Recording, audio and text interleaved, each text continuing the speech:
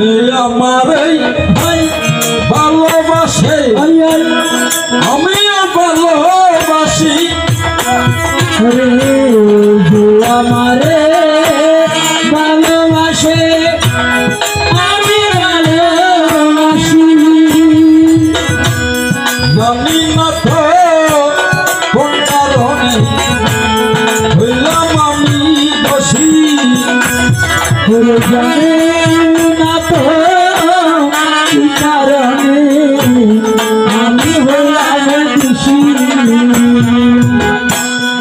আরে ভালো বাসা দিতেই আমার বান্ডে অভাব নাই ভালো বাসা দিতে আমার হাসে হলো অভাবে না ওরা তারে ভালো বাসা দিতে ওরে আমার রমজান তোমার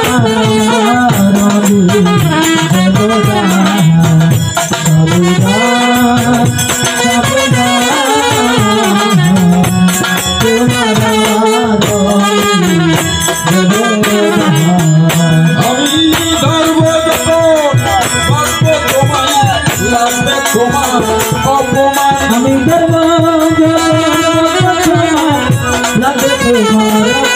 আমি করব আমি করব আমি ধর্ম লাগে তোমার তোমার আমার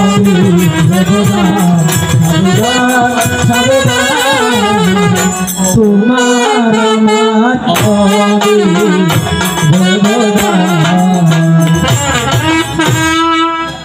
আজ রাম রাবণের হয়েছে দ্বন্দ্ব আপনারা বুঝে নেবেন ভালো আর মন্দ উভয়ের সম্বন্ধ বোঝাবার চাই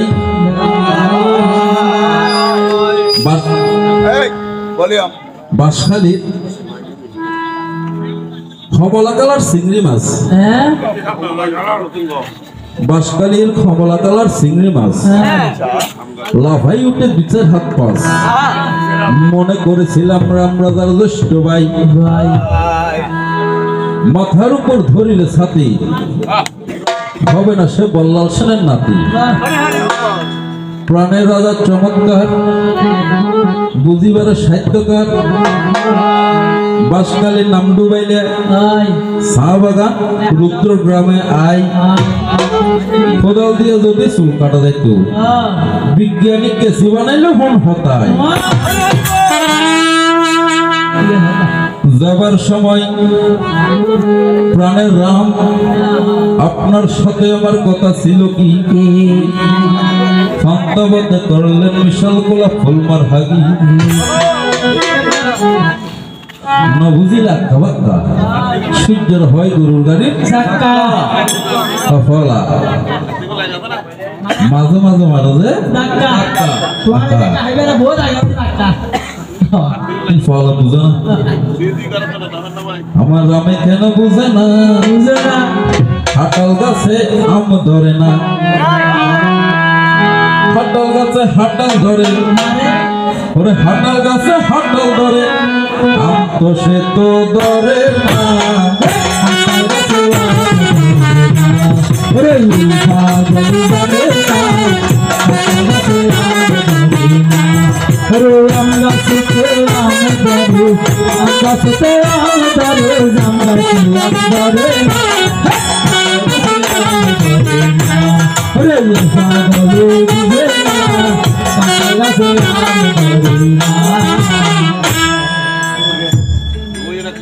পৃথিবীর মধ্যে যে সন্তান মায়ের স্তনে দুগ্ধ পেয়েছে সে অমৃত লাভ করেছে। এই পাগলের কি অমৃত যাওয়ার স্বাদ হয়েছে? লক্ষ্মী ছাড়া লক্ষ্মী ছাড়া কি কি বলছে? লক্ষ্মী ছাড়া বাজি জীবে এসছে। পৃথিবীর মধ্যে যদি স্বামী মারা যায় নারীকে কি বলে? বিধবা বলে। বিধবা যদি কারণে কারো ঘরে বউ মারা যায় বাবাই তাকে লক্ষ্মী ছাড়া লক্ষ্মী ছাড়া বলে। ওর বউ মারা না গেলেও যিনি সংসার থেকে দূরে রয় সে লক্ষ্মী ছাড়ার সমান। রাজপুত্র হই রাজভোগ করা সম্ভব হয় না। মায়ের স্তনে লাগানো শিশুরা পায় কত সুখ, যদি শুষিয়া শুষিয়া মায়ের দুগ্ধ হয়। আমরা এই যে নারী স্তনে 7 নালের মাঝে 5 নালে দুধ বের হয়, 2 নাল বন্ধ থাকে। যদি কোনো কারণে 1 নাল ছুটে ছেলের দুধ বাড়ি হয়, সন্তান মুখ দিলে দুগ্ধ আসে। কিন্তু যদি একটি যোগ লাগাইয়া দেয় রক্ত আসবে। বেকায়দায় যোগে যদি দুগ্ধ শোষে দুধের বদলে রক্ত আসে। সুতরাং সুশীবার রাম ছোট ছোট দুটি কথা জিজ্ঞেস করেছিলাম। এই যে আমি জানি তুমি রামায়ণ সম্পর্কে অবগত আছো, কারণ চট্টগ্রামের মধ্যে আর কোন রামায়ণ কীর্তনীয় নাই, একমাত্র কবিয়াল ফতেহ পুত্র ছাড়া। তিনি যদি আবল তাবল বকে থাকেন আমরা কোথায় যাব? আমি যখন রাজত্ব গ্রহণ করেছি তখন তুমি তোমার মায়ের গর্ভে আসো নাই। যখন রাবণ রাজা হয়েছে রাম এসেছিল গর্ভে? আসে নাই। তুমি রং দেখেছো? রঙের টিপ্পা দেখো নাই? বনের বাইকে শিকারীরা শিকারী এত বেকুব নয়, বন্দুক ছাড়া যাইতো। মনে করছে যে রাজা ছোট, যেমন তেমন কর পার পেয়ে যাবো। তুমি কি বলেছো? তুমি বলেছো পিতৃসত্য পালনের জন্য বনে গমন করেছো। মন্ত্র আর কুমন্ত্র নাই। একই বলেছিল প্রথম ভরে ভরত রাজা হবে, দ্বিতীয় ভরে রাম 14 বছরের জন্য বনবাসে যাবে। এই কথা কিন্তু রাম জানতো না। যখন মন্ত্রার কুমন্ত্রণায় একই কথা শুনে দশরথ রাজা ভিতরে মরিয়া যায়, তখন তিনি ক্রন্ধন করে। এক সময় যখন রাম দশরথ রাজার অন্দর মহলে যায়, প্রণাম করে পিতা স্বর্গ, পিতা ধর্ম, পিতা হি পরমাত্মক, তুই করি প্রতিমা কন্যা প্রিয়ন্ত সর্বদেবতা। আপনাকে মুমূর্ষ দেখাচ্ছে কেন? কষ্টে দশরথ রাজা বলতে পারে না। অবশেষে রাম পিতাকে আশ্বাস দিলেন, বাবা আপনার মনে যে কষ্ট আসুক না কেন, আমি আপনার কষ্ট নিজের সাথে সহিয়ে নিব। মন খুলে আমাকে বলতে পারেন। সে সময় দশরথ রাজা বলেছিল, আমি এক সময় অসুস্থ ছিলাম, একই আমাকে সুস্থ করেছিল। সে সময় বলেছিলাম তুমি আমার কাছে কি চাও? একই বলেছিল সময় হলে সেই নিব। অবশেষে যখন সময় হলো একই সেই নিয়ে নিল। সেই সত্য কথা দশরথ রাজা যখন রামকে খুলে বলে, এ রাম হাসি দিয়ে বলে, বাবা 14 বছর বনবাস এমন কি কাজ? আপনার সত্য রক্ষা করার জন্য আমি 14 নয়, 14 কোনো 28 বছর হলেও হাসি মুখে বনে যেতে পারি। আর তুমি নিজের মতো বলেছ রাম নাকি শুনেছিল দশরথ রাজার কথা। তাই প্রাণের রাজা তুমি নিজের মুখে বললে যদি সবে তোমার অভিনয়, শক্তি কোনো কিছু নয়, আমি দুঃখ পেলে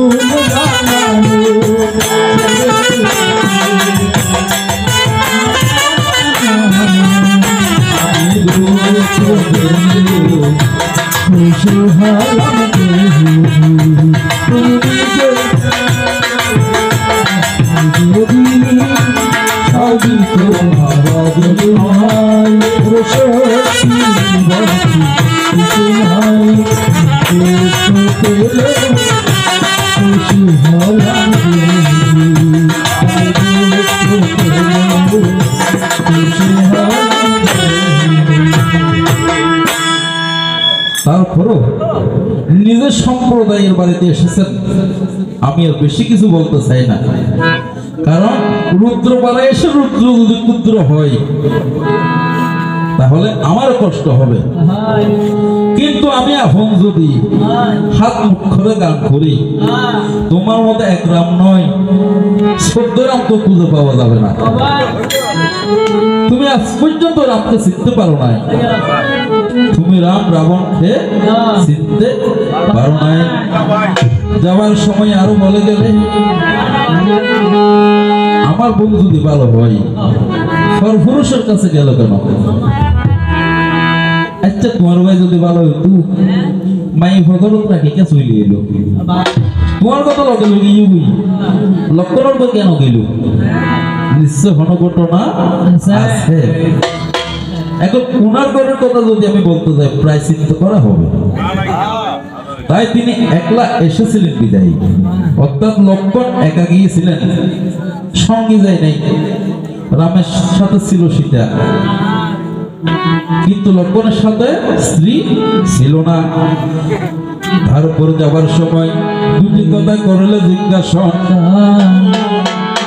এ জগতে বলবে তুমি মনের মতন। বলে নারীগণ সন্তান জন্ম দিতে গিয়ে কত কষ্ট পায়, এক মাথা নিয়ে জন্ম ধারণ করে, কিন্তু তুমি 10 মাথা নিয়ে কেমন করে জন্ম ধারণ করেছ? রাবণের মহিমা বোঝার মতো বয়স তোমার মতো রামের এখনো হয় নাই। কেন না? কোথায় রাম? তুমি যে বলেছ রাবণ শব্দের অর্থ বুঝো, শুধু তুমি নয়, এই রুদ্রপাড়ায়, এই রুদ্রপাড়ায় রাবণ শব্দের অর্থ বোঝার মতো একজন ব্যক্তি আছে কিনা কৃষ্ণপদ জ্যোতিষী বাদ দিয়া? আমার সন্দেহ আছে। আমি রাবণ, এই রাবণ 3 অক্ষর র ভ ন, অর্থাৎ ববিন্দ্র ব দৈত্য ন, আকার আকার কোন অক্ষর নয়, 3 অক্ষর। তুমি শুনে নাও এই রাবণের অর্থ। র বলতে রাক্ষস কুল, রা র বলতে রাক্ষস কুলের আমি প্রতীক, মোমবাতি। ব বলতে বন থেকে বাঁচিবার জন্য উদ্ধার করার মতো একজন উপলক্ষে এনেছিলাম। অর্থাৎ যদি সীতাকে যদি বন থেকে আমি হরণ না করতাম, রামের 14 গোষ্ঠী লঙ্কায় যাওয়ার কোন ক্ষমতা আছে? বন থেকে মুক্তির উপায় এনেছিলাম বিদায় ব, রালয় ব দৈত্য ন, নরকের কে মৃত্যুকে জয় করেছি বলে দৈত্য ন, রা ভ ন। ঈশ্বরচন্দ্র বিদ্যাসাগরের মুখের বাণী রাম সুন্দর বসাকে দিল দীক্ষা তাহার নাম এই জগতে একমাত্র হলো বাল্য শিক্ষা সে বাল্য শিক্ষার মধ্যে আছে সমন ধমন রাবণ রাজা পৃথিবীর মধ্যে সমন বলতে কে 33 কোটি দেবতাকে একমাত্র আমি রাবণ বন্দি করতে পেরেছি তাই তোমাকে লজ্জা নাহি দিতে চাই তোমার কথা শুনে আমার মনে কান ফোরাই আমার বলার কিছুই ছিল না না গো আমার বলার কিছুই ছিল না সে দেখলাম তুমি চলে গেলে তুমি চলে গেলে সে দেখলাম আমার বলার কিছুই ছিল না গো আমার বলার কিছুই ছিল না সে দেখলাম তুমি চলে গেলে তুমি চলে গেলে আমার বলার কিছুই ছিল না আমার বলার কিছুই ছিল না সব কিছু নিয়ে গেলেন জল দিয়েছিলে আনন্দ হাসি গান সব তুমি নিয়ে গেলে জল দিয়েছিলে আনন্দ হাসি গান সব তুমি যাওয়ার বেলায় শুধু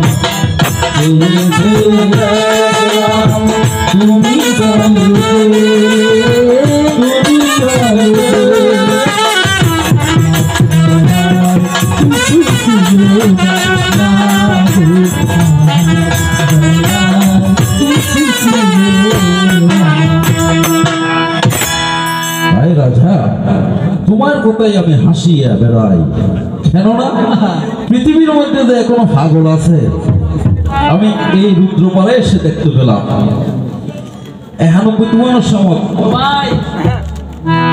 শঙ্কর নদী দিয়ে বেগুন পায়ে গেলবি পাগল বেগুন গেলবি কিন্তু এখনো যোগ্য ফেরোর সাজাত মধ্যে রয়ে গেলি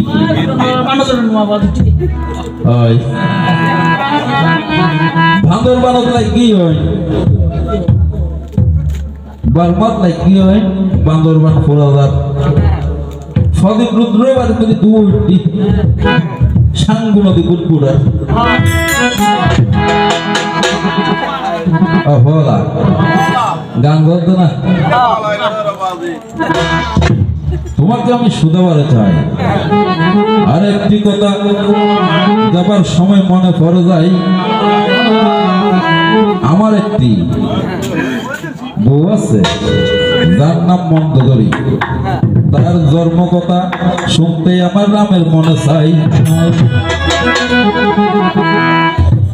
এবার বসিয়া বসিয়া ওরে শুনো বড় নদিয়া শুনো হে রাবণের কথা শুনো নদিয়া শুনো হে রাবণের কথা এবার শুনো নদিয়া ঘরেতেই বসিয়া শুনো হে রাবণের কথা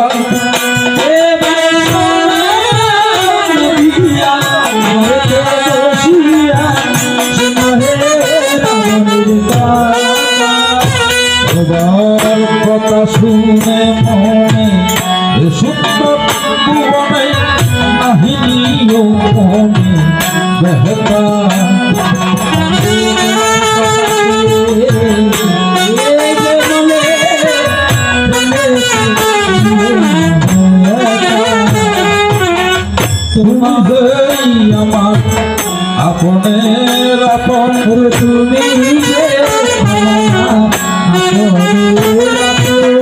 তুমি যে আমার অতি প্রিয়জন তুমি যে আমার আপনের আপনে তুমি যে আমার অতি প্রিয়জন তুমি যে আমার আপনের আপন তুমি আমার আপনের আপন তুমি হলে অতি প্রিয়জন তুমি আমার আপনের আপন তুমি হলে আর দ্বিতীয়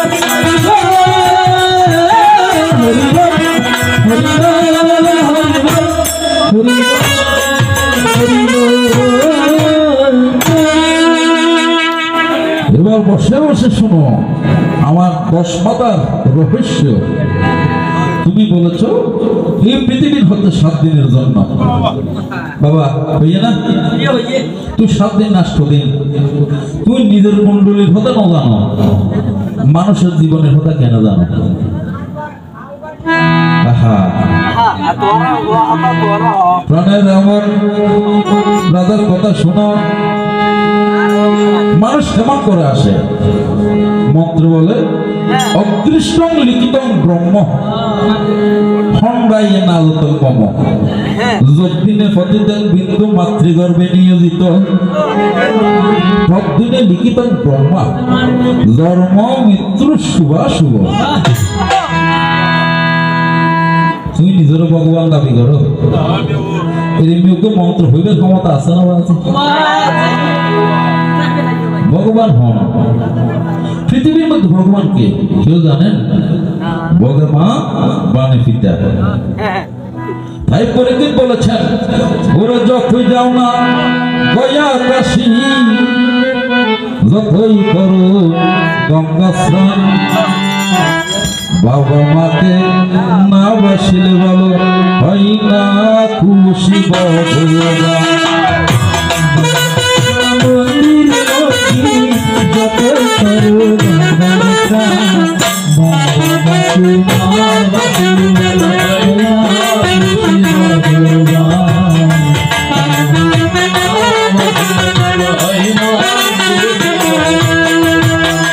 বাবা মাই সবার সেরা জগত সংসারে মায়ের সেবা করলে পাবে সকল দেবতারে।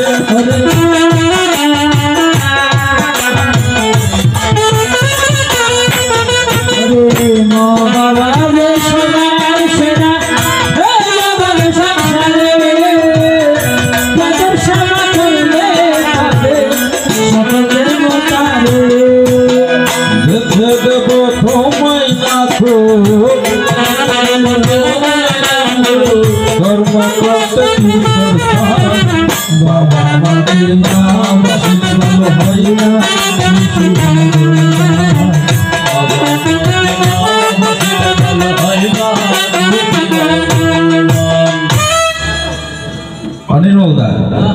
চট্টগ্রামের মধ্যে অনন্তম একটু ঝাড় গাই বিয়ে করলে অনেক বাজাই তুই হইতে গাই ওজন হালকার ওজন ভুক্ত একটা গান গাইলে আজি এবার সমান ওজন হইবে বলে মনে হন না? যদি এবার সমান নয় আরেক কলা প্রয়োজন অনড়িয়ার বইবেন সমান হয় কিনে চাইবেন ভগবান হারো হয় এতই যদি ভগবান ভগবান হরো রাম সেতু বানাইবেন লাই 33 লক্ষ হনুমান বানর কিনে রেখে দেবো আজি রামে বানাই না সেতু বানাই ধনে বানরে তো তুমি কিসের ভগবান ভাই পৃথিবীর মধ্যে কেমন করে এসেছে শোনো যখন ব্রহ্মার ছেলে পুলস্তমণির ছেলে বিশ্বশ্রবামণি একদিন ধর্মের কাজে ফাতালে ভ্রমণ করে ফাতলের মধ্যে বসবাস কার একমাত্র নাগ নাগিনী তাদের নিচে গেলে রাক্ষস ফাতালের চৌধুরী নাগ নাগিনীর বসবাস তাহার নিচে রাক্ষসের বসবাস বিশ্বশ্রবামণি একদিন ব্রহ্মার নির্দেশে পাতালে গমন করলেন। সে পাতালে গিয়ে যখন তিনি পরিশ্রান্ত হলেন, ক্লান্ত হলেন, তখন একটি যুবতী নারী ওনার পদসেবা করলেন। কারণ ওই যুবতী নারী বলে, আমি রাক্ষসের ঘরে জন্মগ্রহণ করেছি, আমার জীবন তো পাপে লিপ্ত হলো, যদি কোনোদিন মহাপুরুষের সেবা করতে পারি তবে জীবন ধন্য হবে। ওই রাক্ষসী বিশ্বশ্রবা মুনিকে নিজের প্রাসাদে নিয়ে পদসেবা করলেন। সে সেবায় বিশ্বশ্রবা মুনি সন্তুষ্ট হলেন। বলো তুমি কি চাও? তখন নিকষা বলে, যদি চাই দিবেন। আমি বাক্য দিলাম, কারণ আমি আপনাকে বাক্য দিলাম, যাহা চাইবেন তাহা দিব। বলে আমি বেশি কিছু চাই না। কি চাই? যেমন মাছের জীবন লতা পাতা, গাছের জীবন লতা পাতা, মাছের জীবন পানি, পুরুষের জীবন টাকা পয়সা পাই, পরে জীবন স্বামী। গাছের বাড়ির সুন্দর বাগ বাগিচা, ঘরের সুন্দর ডেইয়া, নারীর সুন্দর শাখা সিঁদুর, ঘরে থাকলে বইয়া। স্বামী স্বর্গ স্বামী মর্ত, স্বামী যে পাতাল, স্বামী তুষ্ট হলে নারী তুষ্ট সর্বকাল। তখন নিকষা বলে, প্রেমের ওই ছোট্ট একটি ঘর আমায় দাও, সেই ঘরে রব দুইজনে, সেই ঘরে রব দুইজনে।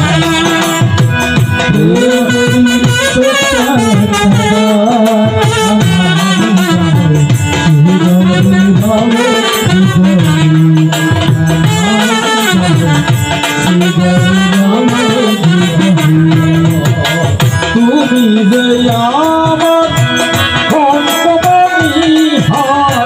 তোমাকে ছেলে জীবন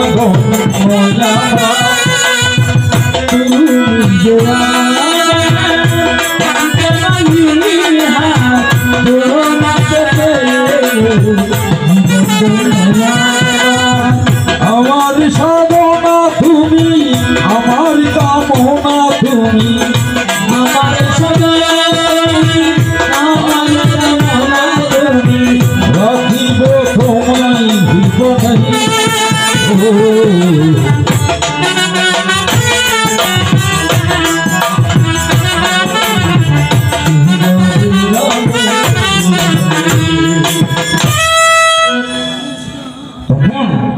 মুনি বলে, তোমাকে বাক্য দিয়েছি, আমি তোমাকে গ্রহণ করিব। তখন ব্রহ্মার নির্দেশে সেদিন বিশ্বশ্রবা মুনি ব্রাহ্মণ হওয়া সত্ত্বেও রাক্ষসীকে বিয়ে করলেন।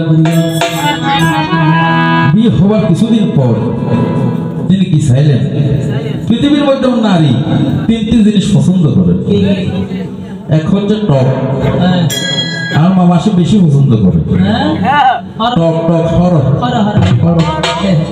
আর কেন যদি যৌবন ভালোকে মনের মতো স্বামী, ওরা মনে মনে চিন্তা করে যদি আমার স্বামীটা রাজপুত্রের মতো হয় তাহলে মনে আনন্দ জাগে।